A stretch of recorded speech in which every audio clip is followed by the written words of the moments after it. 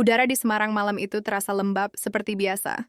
Tapi bagi Risa, ada yang berbeda dengan kelembapan di rumah sewaan barunya.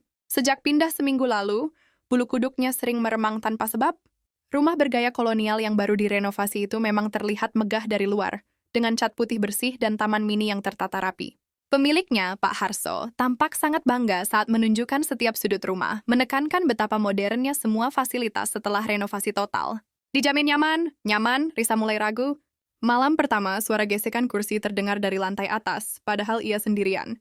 Malam kedua, aroma melati yang menusuk tiba-tiba memenuhi kamar tidur utamanya. Dan malam ini, lampu di dapur berkedip-kedip tak beraturan. Lalu mati total, meninggalkan Risa dalam kegelapan yang hanya diterangi cahaya ponselnya. Ia yakin bukan karena listrik padam, karena rumah tetangga terlihat terang benderang. Keesokan harinya, Risa memberanikan diri bertanya pada Bu Lastri, tetangga sebelah yang ramah. "Bu, apa rumah ini punya cerita lama ya?" Tanyanya hati-hati. Bu Lastri, yang sedang menyiram tanaman, menghentikan aktivitasnya. Wajahnya berubah muram. "Oh, Nak Risa belum tahu toh. Dulu sekali, rumah itu tempat kejadian perkara yang mengerikan."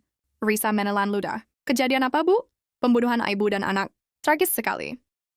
Beberapa tahun lalu, mereka ditemukan tak bernyawa di kamar atas. Pembunuhnya tak pernah ditemukan. Setelah itu, rumah itu kosong, angker, tak ada yang berani mendekat." Jelas Bu Lastri suaranya pelan dan berbisik. Baru Pak Harso ini yang berani membeli dan merenovasinya habis-habisan. Mendengar itu, semua kejadian aneh yang Risa alami menjadi masuk akal. Ia mulai merasa tidak nyaman tinggal di sana. Malam-malam berikutnya, gangguan semakin intens. Suara tangisan samar, bisikan di telinga, hingga bayangan hitam yang melintas di ujung pandangannya. Puncaknya, suatu malam Risa terbangun karena merasakan sentuhan dingin di kakinya. Ia menjerit dan memutuskan untuk pergi keesokan paginya. Risa menghubungi Pak Harso meminta untuk mengakhiri sewa. Pak Harso tampak kaget dan buru-buru datang ke rumah. "Ada apa, Mbak Risa? Apa ada kerusakan?" Tanyanya, ekspresinya cemas.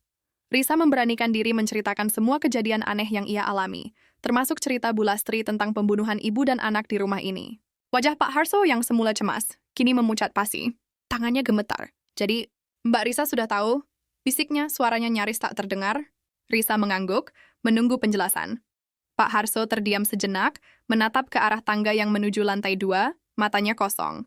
"Pembunuhan itu terjadi pada adik dan keponakan saya, Mbak," katanya akhirnya, suaranya pecah.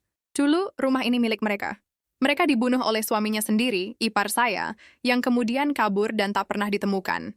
Saya membeli kembali rumah ini, merenovasinya, berharap bisa membersihkan kenangan buruk itu, menjadikannya tempat baru, agar arwah mereka bisa tenang.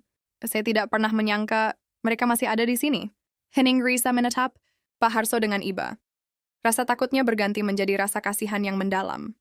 Rumah yang ia kira hanya berhantu, ternyata menyimpan luka keluarga sang pemilik yang jauh lebih dalam dan menyakitkan daripada sekadar cerita seram.